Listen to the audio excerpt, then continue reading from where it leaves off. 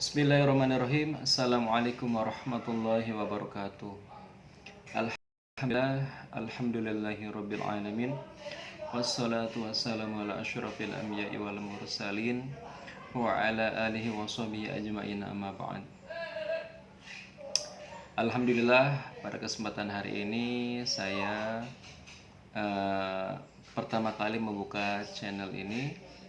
Insya Allah semoga apa yang saya sampaikan pada channel ini dapat bermanfaat untuk teman-teman semua ya. Oke, sebelumnya saya ingin memperkenalkan diri. Nama saya adalah Kukuh Priyanto, asli wong Banyumas. Wong Banyumas, wong Jawa Tengah ya. Wong Banyumas. Aku dulu di kampung itu dari lahir sampai SD kelas 2. Lalu pas kelas 3 SD pindah ke Jakarta sampai sekarang gitu. Alhamdulillah ya. Oke, saya pada kesempatan hari ini akan menyampaikan tips supaya kalian itu dapat mendapatkan ilmu yang bermanfaat, dapat mendapatkan ilmu yang gampang masuk ke dalam otak kalian, atau mendapatkan ilmu yang dapat kalian serap, dapat kalian terima dengan baik. Yaitu caranya apa aja ya di sini. Oke, yang pertama yaitu adab-adab dalam menuntut ilmu dibagi menjadi 2. Apa aja? Yang pertama yaitu adab zohir ya. Adab zohir itu dibagi menjadi 4 ya. Apa aja? Yang pertama, adab zohir itu yang pertama adalah berwudu ya. Dengan cara berwudu itu ilmu dapat kita serap, dapat kita terima dengan baik. Karena apa? Karena sesungguhnya ilmu itu adalah nur atau cahaya ya. Jadi kalau misalkan nur itu masuk ke tempat yang kotor, itu pasti tidak bagus ya kan. Tapi kalau misalkan nur itu atau cahaya itu masuk ke tempat yang bersih, tempat yang indah, pasti kelihatan indah semuanya ya. Makanya dari itu ya, sebelum menuntut ilmu, adab yang pertama adalah yaitu berwudu ya. Berwudu dengan benar. Banyak manfaat sekali dari berwudu itu. Berwudu itu yang pertama dapat menggugurkan dosa-dosa kita ya. Bahkan sampai dosa-dosa yang dari kuku-kuku ini dapat keluar nih ya. Kalau misalkan kita berwudu dengan benar ya, berwudu dengan benar, berwudu dengan tata cara syariat agama atau secara ilmu fikih gitu ya. Lanjut, yang kedua yaitu adalah memakai minyak wangi ya. Dengan memakai minyak wangi itu adalah salah satu adab juga dalam menuntut ilmu. Kok bisa sih? Iya dong. Karena memakai minyak wangi itu dapat membuat kita lebih nyaman dalam menuntut ilmu, dalam menerima ilmu, dalam duduk di majelis taklim ya. Dengan memakai minyak wangi kita menjadi nyaman, dan juga teman-teman di sekitar kita juga menjadi nyaman gitu kan. Dengan memakai minyak wangi, jadi kelihatan lebih pede ya kan, lebih enak lah gitu.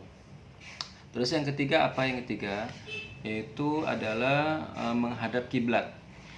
Ketika kita menuntut ilmu ya, kita itu harus, kalau bisa ya, menuntut ilmu hadapkan diri kita menghadap kiblat ya.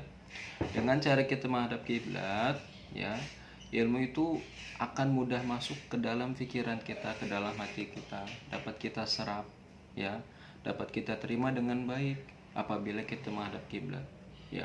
Boleh kita menuntut ilmu hadap ke lain arah boleh, cuman yang lebih utama yaitu menghadap kiblat. Lanjut, yang keempat yaitu duduk iftiros ya. Duduk iftiros itu adalah duduk di antara 2 sujud seperti lagi sholat ya. Duduk iftiros itu duduk seperti lagi sholat, duduk di antara 2 sujud itu ya. Itu namanya duduk iftiros ya. Dengan seperti itu ketika kita di majelis ilmu, ketika kita di majelis taklim, apa yang disampaikan oleh ceramah, disampaikan oleh ustadz, oleh kiai ya, itu dapat mudah sekali dapat kita cerna. Kita juga memperhatikan mereka dalam menyampaikan ilmu juga, kita dapat memperhatikan dengan baik, ya, dapat memperhatikan dengan baik seperti itu, ya. Oke, lanjut yang kedua. Tadi yang pertama itu adalah adab zohir atau adab yang terlihat, ya, terlihat oleh mata.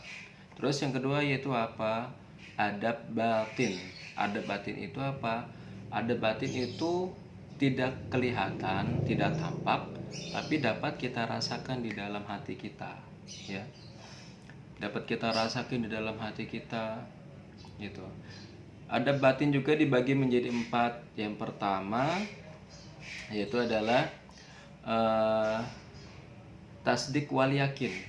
Apa itu tasdik wal yakin? Ya, membenarkan dan meyakinkan segala sesuatu yang disampaikan oleh seorang ustadz, seorang kiai, seorang ulama. Pertama kita harus yakin dulu, ya, kita yakin bahwa yang disampaikan oleh ustadz atau kiai itu benar-benar gitu, bahwa itu benar dari Nabi, ya, benar dari Allah, ya, seperti itu. Tasdik wal yakin, kita harus membenarkan dan meyakinkan. Kalau misalkan kita belajar, ya kan, terus kita menuntut ilmu atau kita duduk di majelis ilmu, di majelis taklim, tapi hati kita berkatakan ini nggak benar, ini nggak yakin, nah itu ilmu susah untuk masuk ke dalam hati kita, ya, kepikiran kita susah untuk masuk, seperti itu. Terus itu yang pertama. Terus yang kedua adalah ta'asu fi qalbi, ya, atau berkesan dalam hati. Bagaimana caranya bisa berkesan dalam hati? Ya, salah satunya dengan cara diulang-ulang. Segala sesuatu yang diulang-ulang itu, ya, ilmu yang diulang-ulang itu maka akan berkesan di dalam hati, ya. Kayak contohnya kita hafalan surat misalkan juz 30, contohnya surat An-Naba. Kita hafalan dari ayat pertama. Amma yatasa alun amma yatasa alun amma yatasa alun. Nah, seperti itu, ya. Jadi diulang-ulang terus maka itu akan berkesan di dalam hati, ya. Namanya ta'asu fi qalbi, itu berkesan di dalam hati, itu. Terus apa yang ketiga? Ta'zim wal ikhtiram. Apa itu ta'zim wal ikhtiram? Yaitu mengagungkan dan memuliakan. Seorang guru atau seorang ustadz, seorang ulama, seorang kiai harus kita agungkan, harus kita muliakan. Itu adalah salah satu adab dalam kita supaya dapat ilmu dari mereka. Apa yang mereka sampaikan dapat kita terima, dapat kita serap dengan baik, dapat kita masukkan ke dalam hati kita, ke dalam jiwa kita, ke dalam pikiran kita, ya, dengan mengagungkan dan memuliakan. Nah, terus juga apa yang disampaikan juga harus kita agungkan, harus kita muliakan juga, ya, seperti itu, ya. Lanjut yang keempat yaitu adalah niatul amal wat tabligh, ya. Ketika kita duduk di majelis ilmu, di majelis taklim, apa yang sudah disampaikan oleh ustadz, kiai, guru-guru kita, ya, kita harus dalam hati itu niat mengamalkan. Jadi kalau misalkan orang tahu ilmu, itu sebenarnya harus diamalkan, bukan untuk dipendam, hanya sekedar tahu, itu maka tidak akan bermanfaat untuk dirinya maupun diri orang lain. Makanya harus niat di dalam hati, niat untuk mengamalkan, ya. Ketika kita selesai untuk niat mengamalkan, ya, lalu kita akan sampaikan kepada orang lain yang belum tahu, seperti itu. Karena tadi niatul amal wa tabligh yang keempat itu, ya, niatul amal wa tabligh, niat mengamalkan dan menyampaikan ke teman-teman atau ke saudara-saudara atau ke keluarga kita, ya, yang belum tahu, kita sampaikan apa yang sudah kita dengar dari ustadz, dari kiai, dari guru-guru, kita sampaikan. Itu adalah merupakan salah satu ilmu yang dapat menolong kita nanti di kuburan atau di alam barzah, ya, gitu, seperti itu. Oke, mungkin itu aja yang bisa saya sampaikan. selanjutnya insya Allah kita akan melanjutkan pembelajaran kita mengenai ilmu-ilmu atau hukum-hukum dalam membaca Al-Quran, ya, atau ilmu-ilmu tajwid, agar ketika kita membaca Al-Quran itu agar lebih bagus, agar lebih sesuai dengan hukum-hukum Al-Quran. Oke, seperti itu ya. Oke, terima kasih. Kurang lebihnya mohon maaf. Apabila ada kekurangan itu datangnya dari saya, dan apabila ada kesempurnaan itu hanya dari Allah Subhanahu wa taala. Oke. Terima kasih sebelumnya. Mohon maaf. Wassalamualaikum warahmatullahi wabarakatuh.